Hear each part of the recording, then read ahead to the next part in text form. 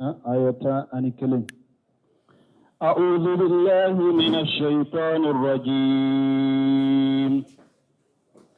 إني جزيتهم اليوم بما صبروا أنهم هم الفائزون. بسم الله الرحمن الرحيم، والصلاة والسلام على نبينا محمد وعلى آله وأصحابه وسلم تسليما كثيرا. سبحانك لا علم لنا إلا ما علمتنا إنك أنت العليم الحكيم. أستغفر الله الذي لا إله إلا هو الحي القيوم وأتوب إليه.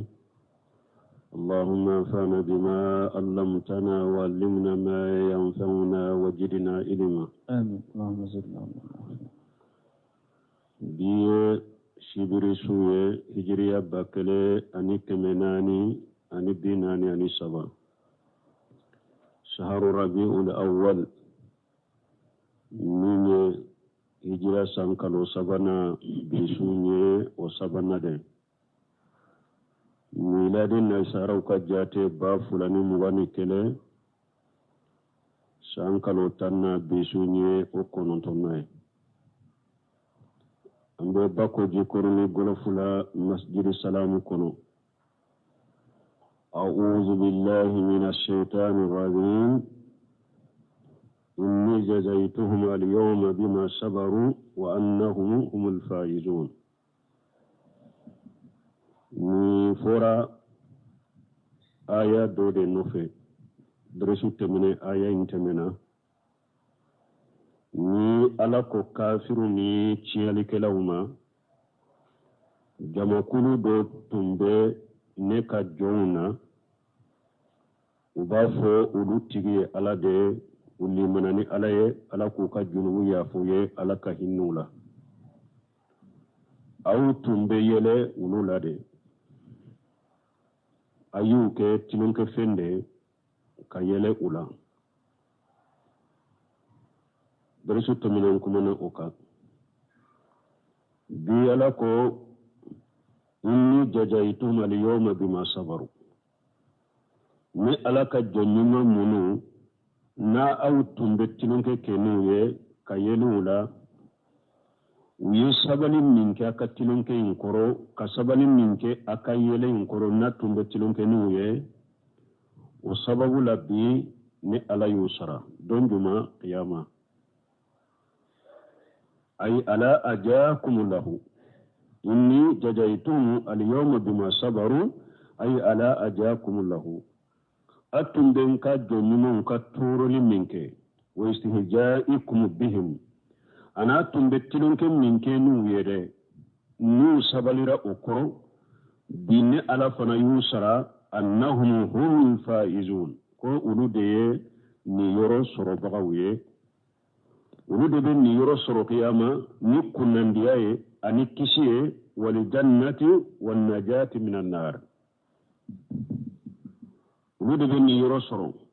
ka kɛ mɔgɔ kunnadiw ye u bɛ kɛ mɔgɔ ye mɔgɔ minnu bɛ kisi kiyama u bɛ kɛ mɔgɔ ye mɔgɔ minnu n'u ye nin yɔrɔ sɔrɔ ni arijanna ye u kɛra mɔgɔ ye mɔgɔ minnu kisi tasuma ma mɔgɔ minnu kisi tasuma ma balima nin y'a yira n na nin diina tiɲɛ ni silamiya ɲuman ni mɔgɔ mɔgɔ y'a ta tora bɛ bɔ ala ka danfɛnw fɛ k'i sɛgɛrɛ a kɛra tora min bɔra i yɛrɛ ka balimasɔrɔw la a kɛra tora min b'i sɔrɔ i ka kin kɔnɔnaw la tora min b'i sɔrɔ sare jamana de kɔnɔ tora min b'i sɔrɔ ka bɔ ala ka jɔnjugu ma n'u bɛ yeli la u bɛ mɔkɛ bɔ k'i la k'i tɔɔrɔ ni kumalama ye ni kɛwale ye ni sabarila kɔrɔ lahara la bi sara ni sabarila kɔrɔ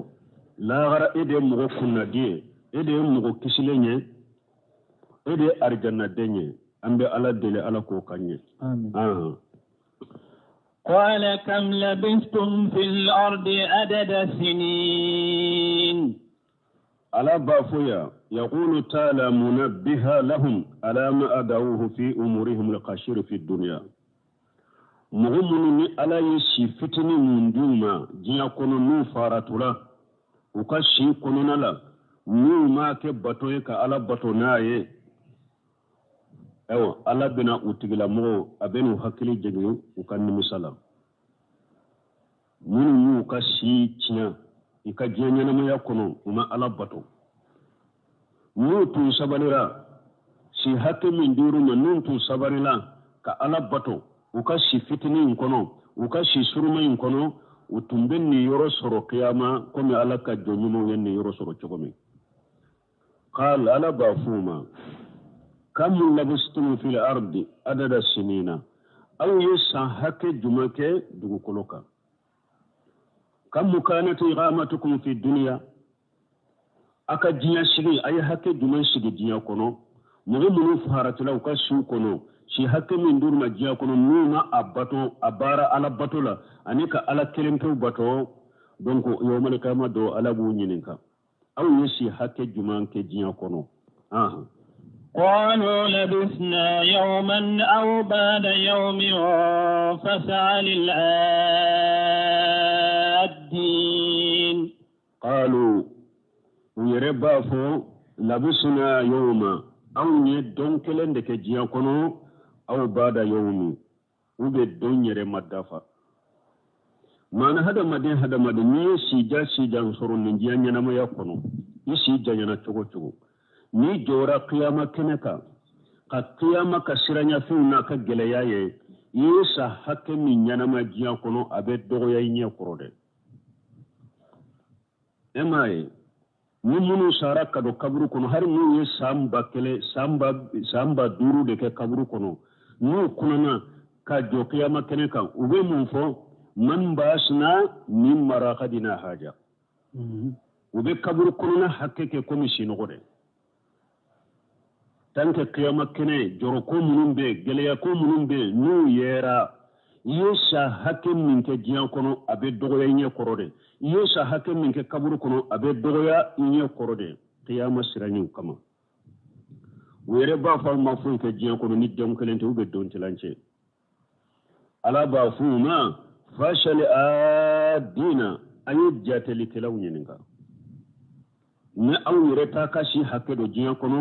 ayo jatele kelaw nyininka mun be se jatela mun be jate do ayo nyininka قال إن لبثتم إلا قليلا لو أنكم كنتم تعلمون قال من be jate do rukuma in labstum illa qalila alakuma in labstum illa qalila aw mafuyke jiya kono ni wati kunkurunite mo min sambi wolon fula de balo wakati kunkuruni mo min sankeme do balo ni jiyan kono wakati kunkuruni la gara koro mo min samba kele do balo ni jiyan kono wakati kunkuruni la gara koro illa bastum illa qalila aw ma fuike jiyan kono ni wakati fitinite law annakum kuntum ta'lamun atum be jiyan kono wakati ni natu min nindo ka fu jiyan ka wakati kunkuruni de atum be sabali ka alabato jiyan kono atum te faratu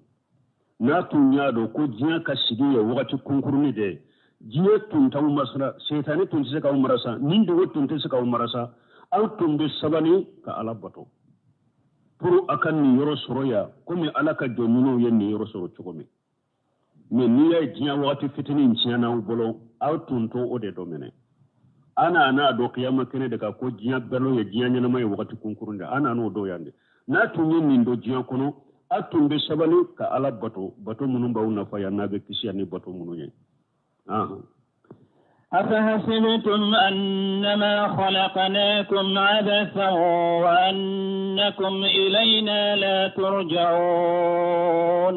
أفحسبتم يا لأو يا جگدوا أنما خلقناكم عبثا كن ألاو يا ودا قبل جيكم تلون كدكم أفجننتم أنكم مغلوغون أبسا بلا قصد أو نانا نألا يودا كابلا جيكم تلون كده كما لنين شتالوا ولا إرادة منكم ولا حكمة لنا موكن لنين موكن كودوشي أو نانا دللا كان جيكم أودي كما تلون كده كما وغيل للأبس do ko aw nyana aw bilala kana jinya kono tilon kede kam ay litali abu wata basu kama quligatil bahaim la sawaba la wala ighaba aw ya mira aw ya jigidewa ko ala ya udda kaw bila jinya kono tende aw nana jinya kono tilon kede kamawa komi bagawumbe chogomi ni be nyana ma jinya kono ni sara kotu ka kola lagara janga kata kotu ka kola lagara aw nyana aw hada madon fana yodiya wa inna ma khalaqnakum li ibadati aw madda tilon ke kama de aw madda komi bagawun danna ka bula jinya kono chogomi de aw danna de ala bato de kama wa iqamati awamirillahi azza wa jalla anika alaka nyamaru kaunjo dugu koloka anika jona alaka nyamaru konya kalaka nyamaru kaunjo aw dara ode kama wa annakum ilayna la turjaun aw nyana aw ya bisigiya ka jigido kawte sagi kanane alamawa ay la tauduna fi daril akhirati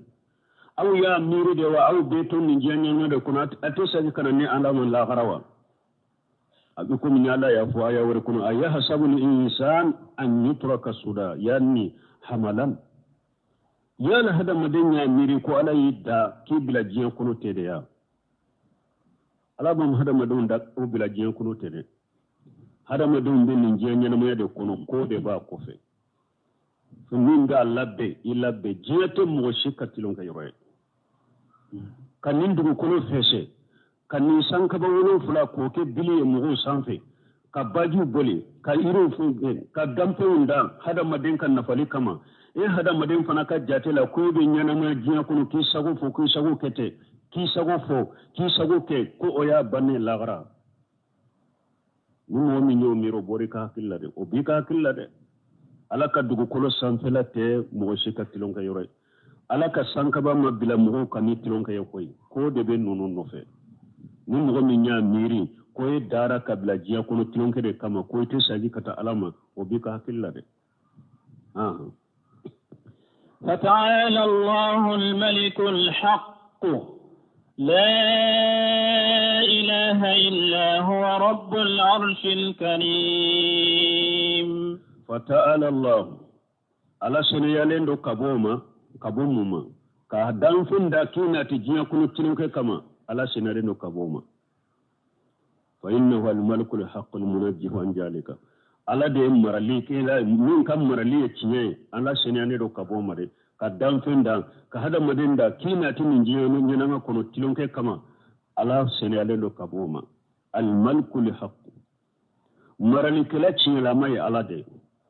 masamin kam marali ya cinye waye ala de sunu mugo chamun ba apaka puti ka jo kone marali kila de nden ka dumara nde jamana mara de nde mishrika ko nyabe ne de bolo marali mindo ni bilatea ni ala mako sere ma do me abi furati bo ika marali kunna tuti li mulka man tasaw wa tanzulu mulka min ban tasaw dan sun kan marali hada madin kan marali ada de be marali ta kadi mugoma min na yi ala jiya kan marali ta kadima don min na ba fi ka boshima aba amma fun ba minila kun ba boshima tanzulul mulka mimman tasaw ala de marali boshima go man na ya kanu ka boshila ana fa do ila ite se ka marali ke tuguni marali na boy bolo ube ana bana do bilila ite se ka marali kana fo se ka boy bolo ube ani faga ki bola yere mo shi kani disi gosi ko ne ninye marali kala cinyala mai ala de yoro min karifalima isabali akono yere majigi ikasabali ikasira alanye marali kela cinyala mabe eta ye marali kela galola made nyala mako serima dongo da bi furaka boy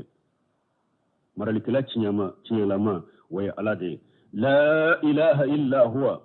batu finshi te min ka batu cinyane ala kelem tawta la maabuda haqqa illa allah batu finshi te min ka batu cinyane ala kelem tawte rabbul arshil karim la reshimin kabo la reshimin cekani otige alade la reshi tun wo fenye danfe la reshi de ba be sanfe ale de be bile ale de ba be sanfe wasafahu bi annahu al-karim alay la reshi man kutu ko akani ay hasanul manzari la reshi ye chogo kani bahiyu shakli adan chogo kani كما قال تعالى وأنبتنا فيها من كل زوج بهيج كريمي أبيكم إني ألاكو بهيج أنيما لا رشي تيجي على ده لا رشي مني على يا دكاني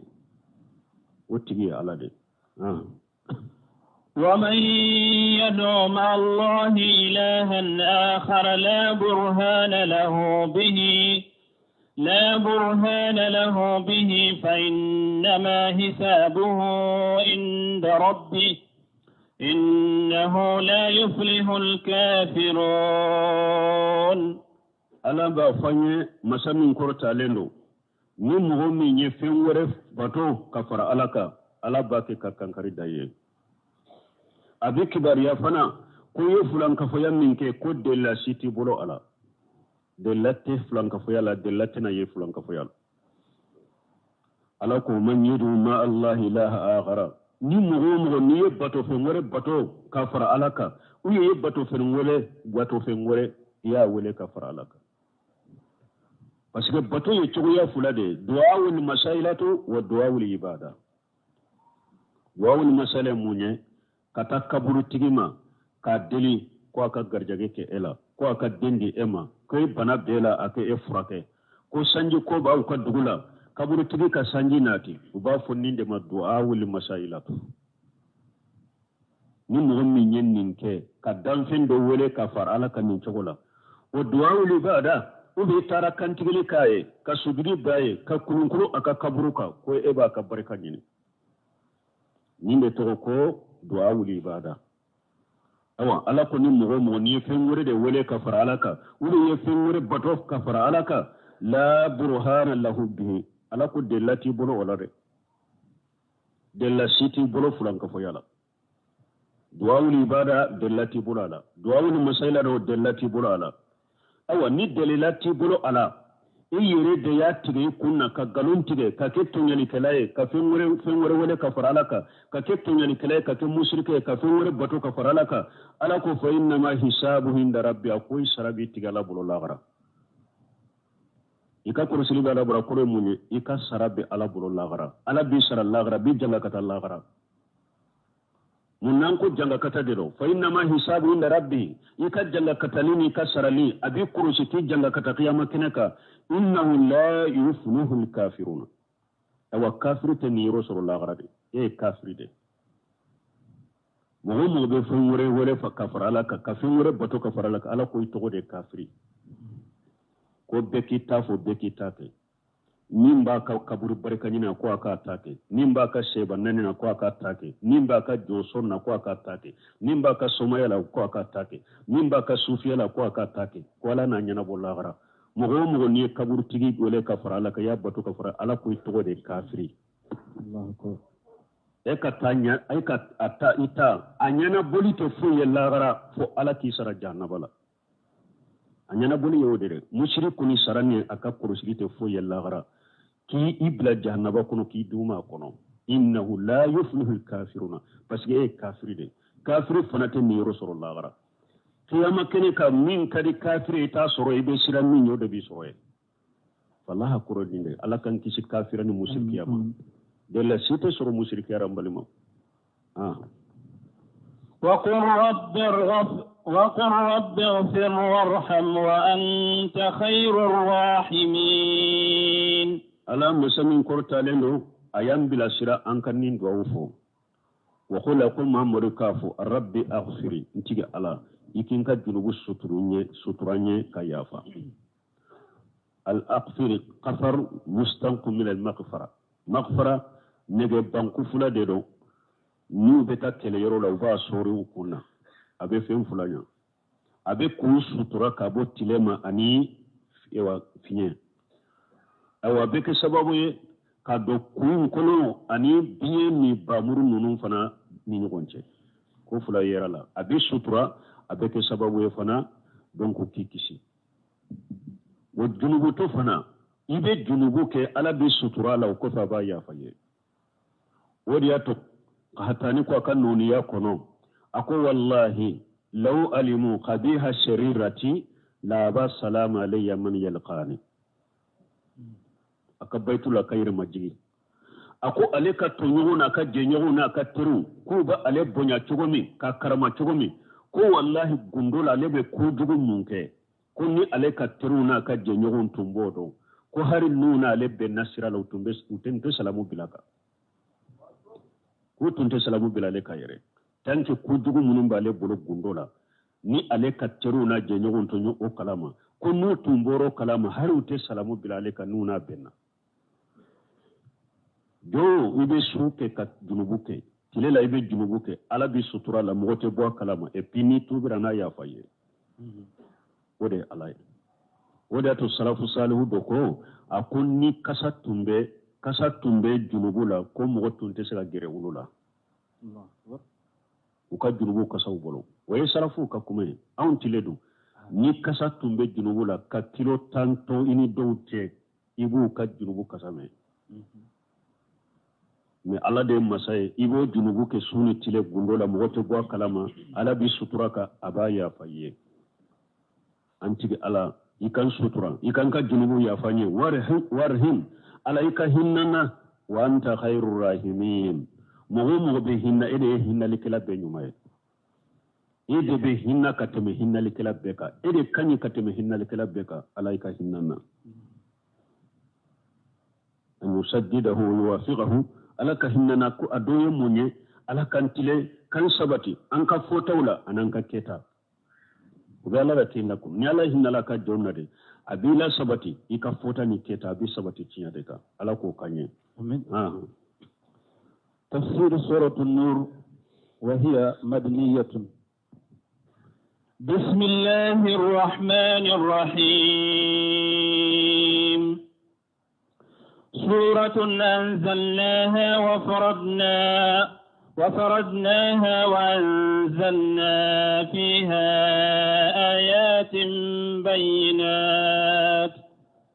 فيها آيات بينات لعلكم تذكرون تفسير سورة النور من سورة النور كالتفسيرية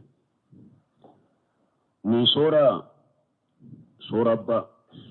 adabu caman be ni sora kono ni alay muminu adabuna ni sora ambe ala deli ala ka lamili no yanni ni hakili nyumay amin ya rabbi allah adabu caman de bala kata muminu cemawma adabu caman be ni sora la kata muminu musumama sora baye ni nyede wode ato ala yere sora ko sora ba qur'ana sora be kabo mi sorai kuruna na chugumi mi sorai wahiya madaniyatu sorai jigina kaciren to madina sigidela bismillahir rahmanir rahim ambe ni sorai kalanda minani ala to nyumam be neman la bolen tigide alay ani hinnal la sebade alay aka jomu minu allah gara suratu ala kunni ni sura bay ima bun kasir ko fihi tanbihu alali itinai biha hakili jigibe ni yorola ko anka hammini ni sora anka makodoli ni sora la wala yamfi ma abdaha ato watayira ko sura to munbe qur'ana ko ku mambode me ala ya hakili jigni sora anka janto anka hamminai anka ke anka koy ako suratu mana suratun azim la ni nye sora bay anjelinaha ni ala ya jigi qur'ana sura be sura ba min ni ala ya fuka dannin ka ko suratun anjelinaha ni sura bele bay ni ala ya jigi o bayiranna anka hammini ni sura ka kolosi wodi ato bena kuma dola ko umar ibn khattab ko muso ku kan ni sura kala kanu yire hammini bara wore ku kan ni sura kala ka suratul nur kara ku ka barakena sura bele bayni ne ala ya jigi wa faradinaha kiru munun be sura in kono nya ke fardaye aka barake nuye qur'ana ka kiru to wajibi mun ye wajibi dan ka barake nuye de me ala ya hakili jigala kon ni sura bade ne ala ya jigi ko aye kiru do ke kiru munun jiga kono ko aya kan ka fardaye ka barake nuye fana kiru munun be foni sura kono ko aya kan ka fardai an ka barake nuye وأنزلنا فيها آيات بينات كوني سورة كو علي آية جيغا كونو آية منو بانغالينو مفسرات واضحات يتوسر لندو كانيه وجيلندو آية منو بيكونو ala yu korofo ala yu foku jeyade u tawsirila ka jeyade u jelendo nogotula aya munum boy kono wa anjalna fiha ayat ni aya u do jiga kono bayinat ulu jelende do nogotula la'allakum tadhakkarun adoye munye anatashi anake sababu anamiri anatashi anashika ala kodo الزانية والزاني فاجلدوا كل واحد منهما 100 جلدة ولا تأخذكم بهما رأفة في دين الله إن كنتم تؤمنون بالله واليوم الآخر وليشهد عذابهما طائفة من المؤمنين. سورة على يدامنا منفلو الزانية وجاني على بنا مين جنيا كلا أتشما جنيا كلا مسوما جنيا كلا أتشما من سورة كيرو بنا دامنا ولوتا يفلو الجانية وجاني قرآن لاجي على بسنة لفاقو وشارع وسارقة jon chema jon musoma ayu bolo tige me jeneya yore ako jeneya kela musoma ana chema faida jumambola an ka karamo kan tumbe firu kala minna bafo ako pasige minye sunyali ka daw kari ka kogota ka mogo faga sunyali kama ako chewu de boke wodi ya to sunyali aya damina cewula ko muso kuni ka sunyali ka nyogon ka kogo sunya ka nyogon ka ewa nafi sunya nka karamo ke ba fanye o cewula o ya soro lu de bo ulu bolo yo wodi ya to ako sunyali ala ya damina cela mi ako jeneya munna ala ya damina muso de la ni muso jenani jeneya ya ye min kanu ani akwa ni ce yimbe jene ya ka ce ka dilanka ce te bo kalama ayere ka sokono a ce ka dila abe jene ya ka foite bola akon men ni muso ma jene yayi ayi do so den tan kono ka dabe soko atenya nabo donc wodo ya to jene ya yoro ni muso jene na yede muso sonade aka telika ke min ni ya kanu muso maso akate foi mangelena akateli ulude la kake wodi ya to la kwa zaniyatu wa jani jene ya kila musoma jene ya kila chema fajilidu kulla wahid minhuma 100 jaldati ukelen kele nu jene yake ayu kelen kele bugo busanya keme wala ta'budukum bihuma rafatu fi dinillah ukahinna kana usura laka dina la de ukahinna kana usura laka dina la yorofula ukahinna kana usoro nate alaka sariyani alaka haddu bola de fulana ukahinna kana usoro haddu keto ani alako minka kula aka no yawuka alako akake chogo mi awuta ke chogola aka no kede masali islamiya sariya be jeniya sabatira minna ana hinna la ko ayi an kana haddu bonnina an ka toy alako aka no kede ube jeniya sabatiraka a haddu ye busanya kemede ako ay anka bi duru bola duran kabila ala ko kanu kede uka hinna kana umina nabu haddu ngoni toye uka hinna kana umina nabe haddu noya uka laka dinala alaka kirila in kuntum tu'minuna billahi wal yawmil akhir na yasru awli manani alay ani dollaba jeniya fulana isariyani haddu min fo aya bo wala komi ala ya fo chogomi wali shahada ajabahum ta'ifatu min almu'minina nabe jeniya kulay fulay fana la jaba akana ke dogola de akake mu'mini jama kunu donyana ana ku mamalo yani nyangiliye nu ta nyogona ke na akera munu fana nyana ana ka tigi fana ma wajulen fana ka jeniya to de min kera karasawula o do o nyona kanen unsoro akake jama jona nyana jeniya kele umbalino mun kasiri tuma ma yennin fo ako hajila ayatul karimatu fiha hukmu jami fil haddi walil ulama fihi tafsil wan nijaw akunni aya min fulun ne kiri ben ni na ko jeniya kela ka haddu ka boala me doni ke bagaw ako aywa jeniya kela haddu botugo faranfansiya sosoli bubolo ala sosoli be yoro juma abe doni ke baw bubolo komi majhabi saba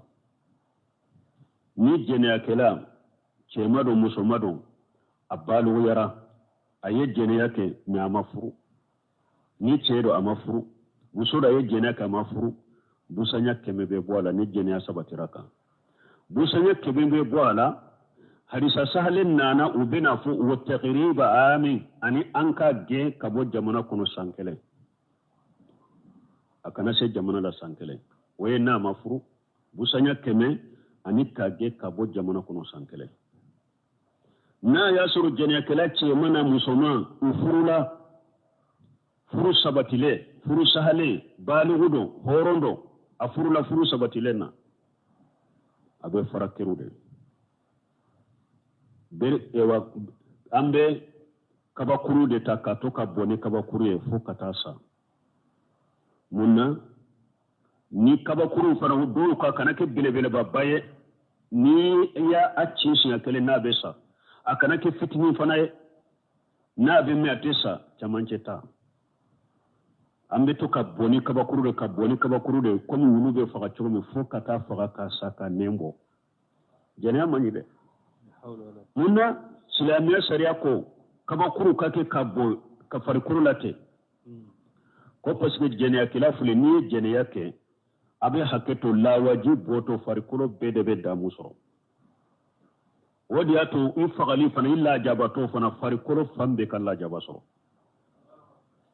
damu boto farikuru bedebe damusoro I janga kata to fana farikuru beka janga kata soro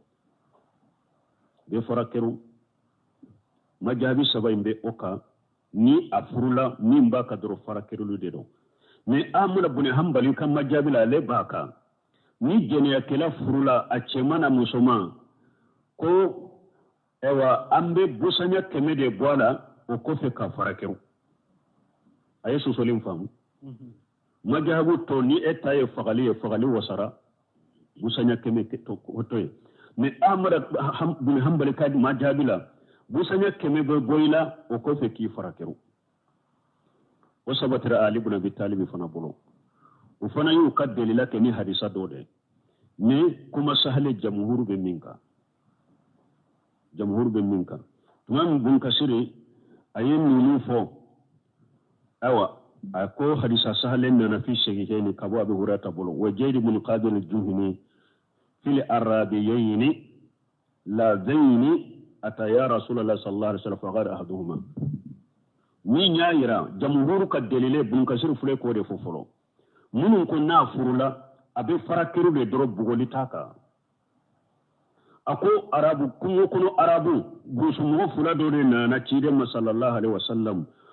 dola kilin ko cide ma ya rasulullah inna ibni kana asifa yani ajira ako alaka cide ne denke atumbe barake nin ceyimbolo abasara ala haja min ce atumbe barake min ce mbulu fulade na cide to kelende ko burusu kele to kelende ko ako cide ne denke de tumbe barala min ce mbolo fa janabi imratihi ayejene yake ni ce inka musoye atumbe barake min mbolo aye jene yake ni aka musoye fa ftadaitu ibni minhu bi mi'ati sa'ati wa walidati purun nekin de ayon ne ka demina purun kin den kuma boka bo abolon ni ewa ba kemeta ka dama ani jom muso kele purun ne bin ka den sura la chogomi fasalitu ahla al-ilm fakhbaruni anna ala ibn jilid mi'a wa taqrib amin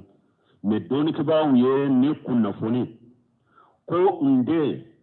ko ba munu ce fule ka ba munu minanna ayane ya jomuso min mina ulu tinka denka ko min benne denka ka abugo ka bugo busanya keme ani ka je sankele amo delila ye ni ma furu ye jene ya ke busanya keme be boyla ki ge sankele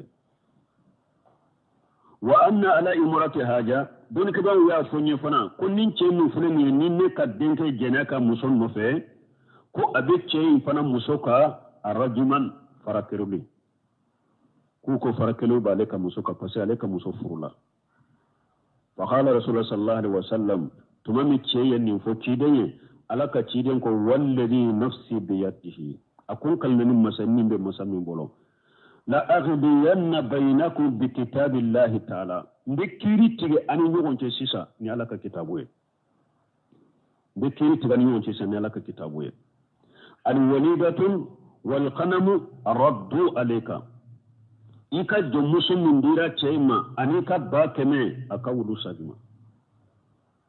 akika jomusu nika bakeme sagima wala ibnika ni atu jonidati wa taghrib ama awa idde amafuru aye jeni yake busanya keme be bola anika ge sankele wa aghdu ya unaisu lirajul min aslama ala ko ce do ma kabila do be madina ba fo aslama u kam mo do be atogo de ko unesu ci don ko unesu awa sine e ka soli ila imrati haja e ka soli kata nince min fulin nye soli kata aka musofe fa ini atarafati farijumaha ni muso nyire jora jene yala ko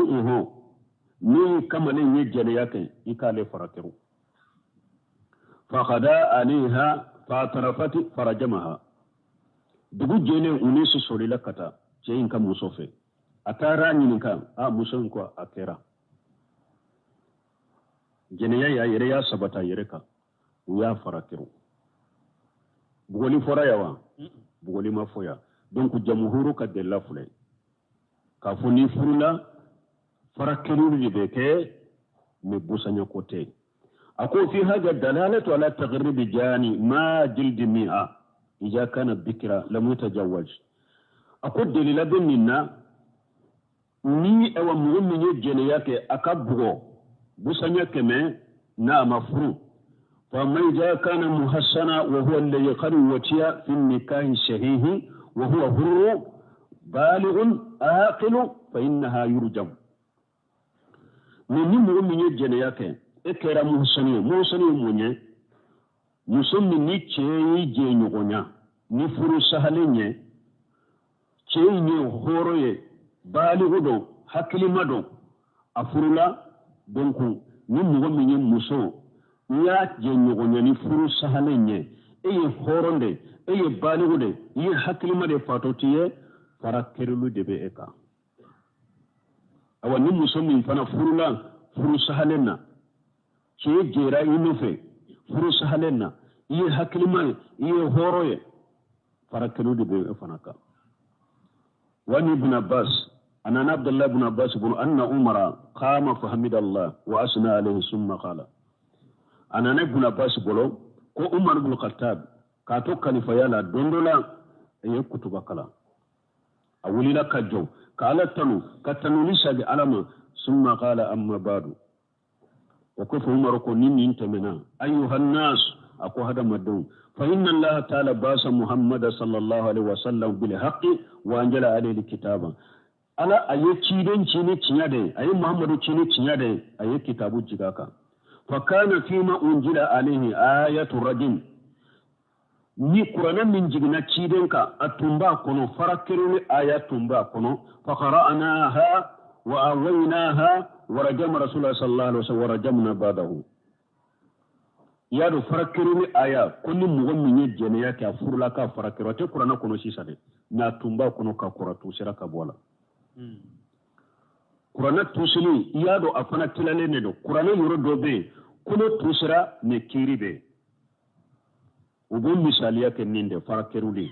أكنو تنبي كلا قرآن كنو نكنو توسرا كبوي نكيري بي umaru ko ulu ya kara qur'ana kono utunya durusi fana kolo min tun jigina farakerelu koro kurana kono ko ulu ya kala u ya dursi ko ciden ye farakerelu ke ko ulu fana ye farakerelu ke ciden kofe ni mogo min ye jena ke furula fa aqsa umaru ko ne be shira anya tola bin nasi jamanu franche kana janyani mogo ye anya kula qailu mogo do kana tafo la nazidu ayat ar-rajul fi kitabillahi fayadillu bi tariki faridati qad anjalaha Allah akwa la bisrade ni franche janyana mogo ka mogo do kana tafo ewa ko farakiruli aya amma ye qur'ana kono ewa antake nu beta fili ka alaka farda do te ala ye farda min jigi umaru sirana min yote jiya kono sisa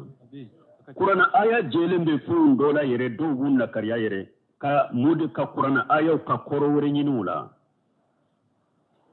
janko min tinjuguna tusira umaru ko nebe sira ni franche janyani mugoye mugo kana fo wa ko an nyate farakiruli aya la qur'ana kono mugo farakiruli to nugo fili ka fendo to ala ye min jigi farajum fi kitabillahi haqqu akon min ye farakiruli ala ka kitabu kono cinya de do ala man jana ja'uhu shina min ar-rijal aw min ar-rijal wa min nisa'i farakiruli ako cinya do qur'ana kono abe mugo ka ni mugo min kera musini munye ni furula furu sahale ikera che ikera musoe ya qamatil bayinatu ni sere ye sere ki kani jene yayi awle habulu ube ni kono yera ela ifurlente awle itiraf ube ni yere daya fo konyo jene yake bo ayaye jene ya fana be sabati mugo kani sira mununye sira saba nan yere ke chogo bala ube nyanyini de ata sabata kate fulo munye sere nani ka mugo nani mugo tililen uka awye cheni muso ye abe jeneyala che ka cheya be muso ka muso ya kono komi kale kala be kale barala chogomi ule komi ni jurufule do kolon kono abe do kono chogomi sere nani nyaka ninye ninde be jeneya sabati mugo ka sere munu terelo kele fulanna ube ni muso ye kono ta afurulente jo muso te fana namba fa matigi de kono dala ne muso ka konota jeneya te se ka sabata ka furo subuha be se ka yola ni subuha mayede subuha yi munye doni kaba bo misali yake e ka muso sisa adoni do be muso to bogotigi ni bali wulende do da wakati ku ka muso ma tanka dila fense ikatinka dila ewa labbe benada e ka muso fana ya adogo muso de ci ko ta dila kanade ta dara nunu fense kana ale tara ka dila ka dara fense ale segenendo su fela de do dibide fana do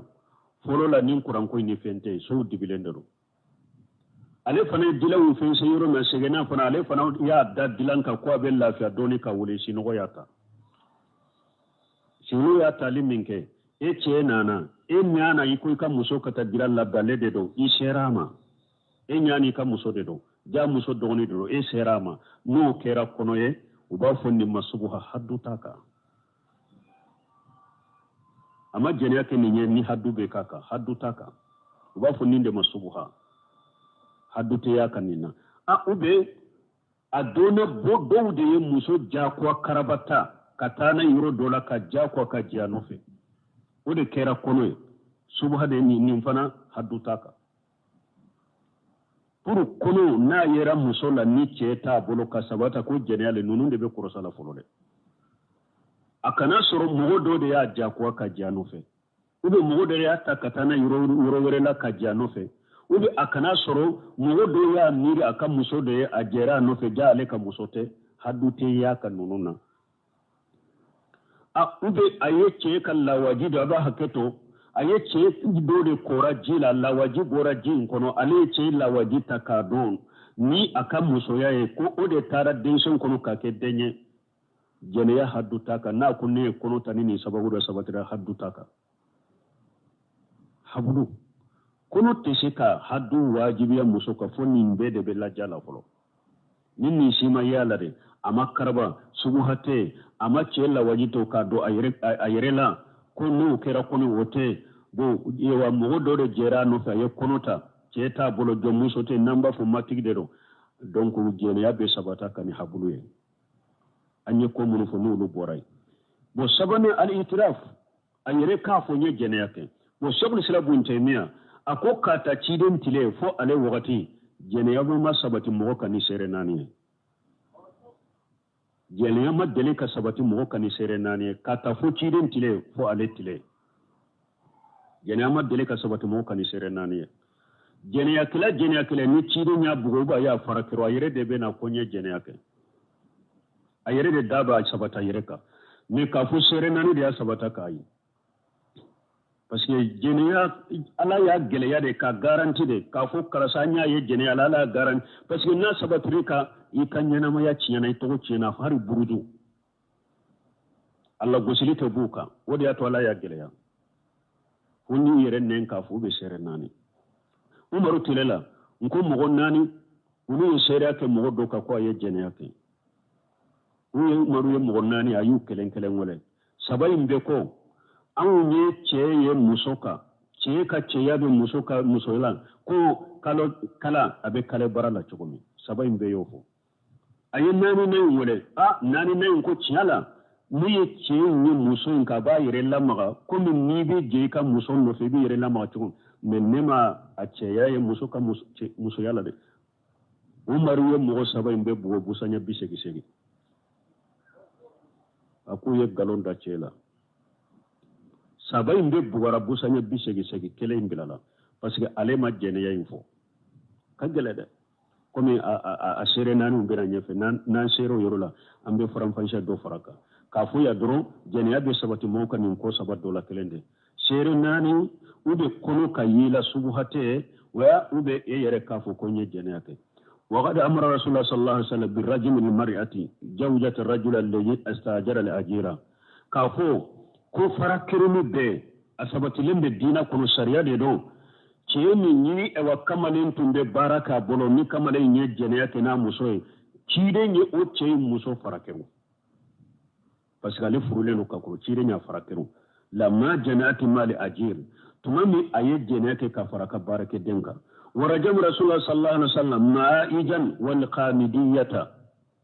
ma'ija ciden y'a farakiru الخامرية مسودة تشيرنا فركروا وكل هؤلاء لم ينقل عن رسول الله صلى الله عليه وسلم أنه جلدهم قبل الرجم بون كثير كون نونون بي من فلمينيه نونون بي يجنك فلن كوفي تشيرنا بفركروا ناما سبتي كوايو بغو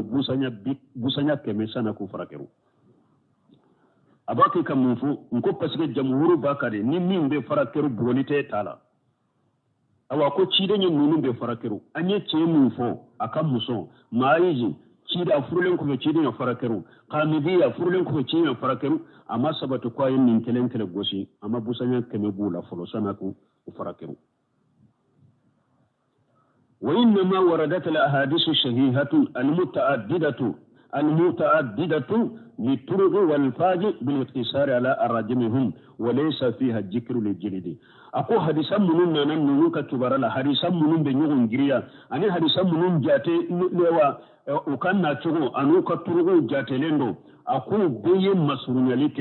نونون تاكا فركلو ردكا بغلي مفو ولهذا أكو نين قصو كان مجهب جمهور العلماء وإليه جهاب أبو حنيفة ومالك وشافعي رحمهم الله أو أكون نند قصو دوني كبغا فانشاما كوني أو أبو حنيفة أني مالك أني شافعي ونبن نندك ألك هنولا كافو نمو من فرلا أي جنياك أمبو فركري درو بسنيا كمتبوالا وذهب الإمام أحمد رحمه الله إمامنا أحمد تارا النوفي عليه تارا ألك هنالا إلى أنه يجب أن يجمع بين الزاني أن يجمع على جانب المحسن بين الجرين لآية ورجم للسنة أحمد بن حنبل عليه تارا نوفي كل مغمي فرلا كو أو آية جنياك كو أمبا فركروني آية من توسرا أمبا بغني حديثين وولي أن أمير المؤمنين علي بن أبي طالب ويا مفلا كبو علي بن أبي طالب بلو أنه لما أوتى بصراحة وكانت قد جناتي كوني دونا أنا مسو دونا أنا تشيدما نيه مسو دونا أنا علي بن أبي طالب ما مسو تنيه جنياك أفرل لفنا فجلدها يوم الخميس علي بن أبي طالب يمسو بوسانيا كمي العمسدون ورجمها يوم الجمعة جمعة دو يا فركرو كفا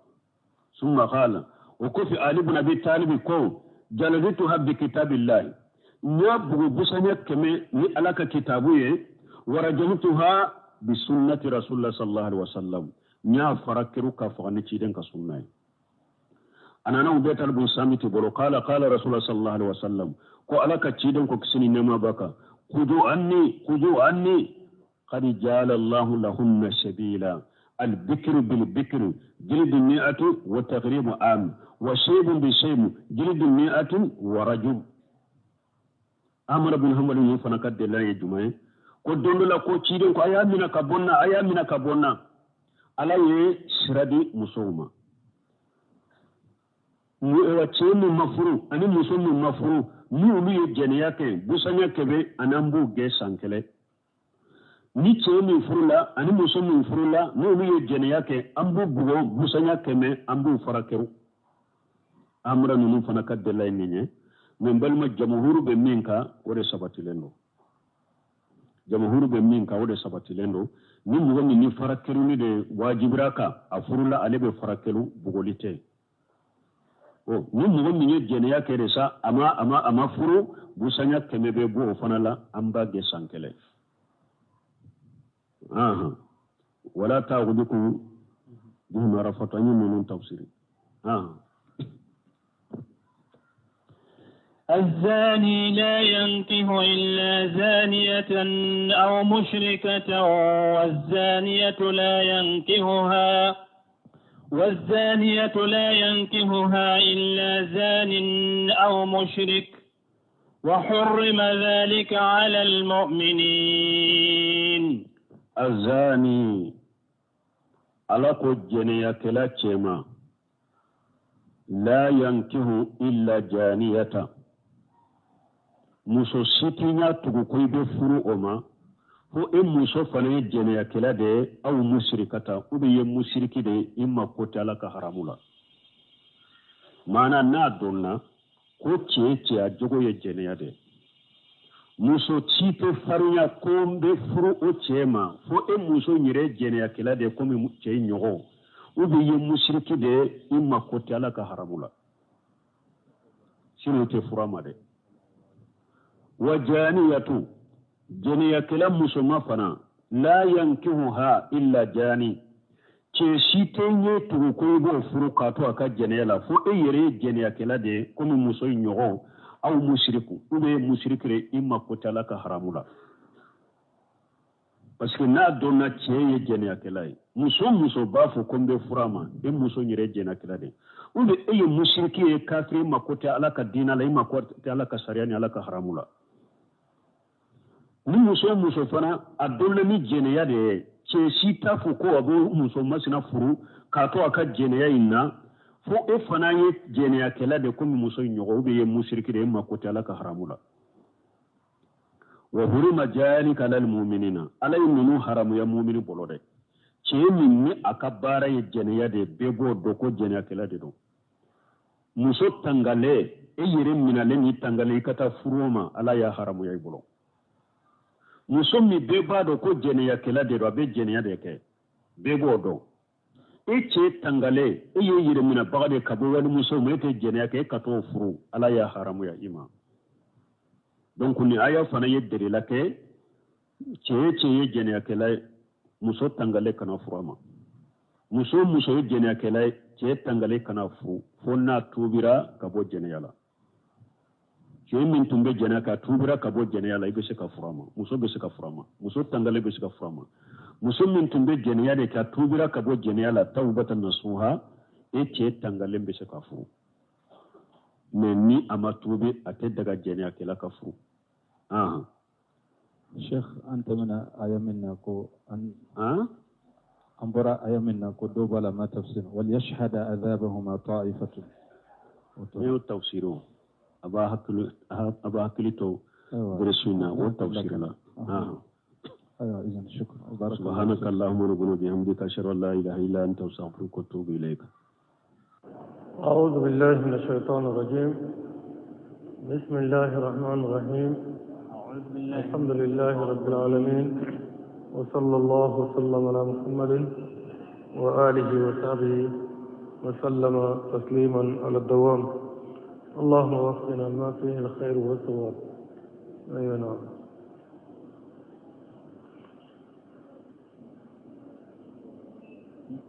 يوم نطوي السماء كطي السجل للكتب آيات كمان دليل آيات كمان يعني آيات كمان آيات نانينا سورة الأنبياء أمنا دمنا ينو كونو أجورا يرومنا أمنا تا يروينلا alako domina nambe kaba kolo kuru no كطي السجل للكتب ina ko sijil ka kuru chogo kitabu yi so den kala na ye papier swe katla aba kuru chogo mina ka meleke wa lahra dona amina kaba kolo amina kuru tenno كما بدأنا أول خلق نعيده ala ko an ye dani folo cogo min na an bɛna la sagi kɛ nɔ dɛ sabu bɛɛ nana kelen kelen wa bɛɛ bɛ taa kelen kelen n'o ye kulun fana dɛ وعدا علينا o ye layidu de ye anw ala kan an yɛrɛ de ye o layidu kɛ an yɛrɛ kan i kun ti yan an bɛna n'i ye n'an nana n'i ye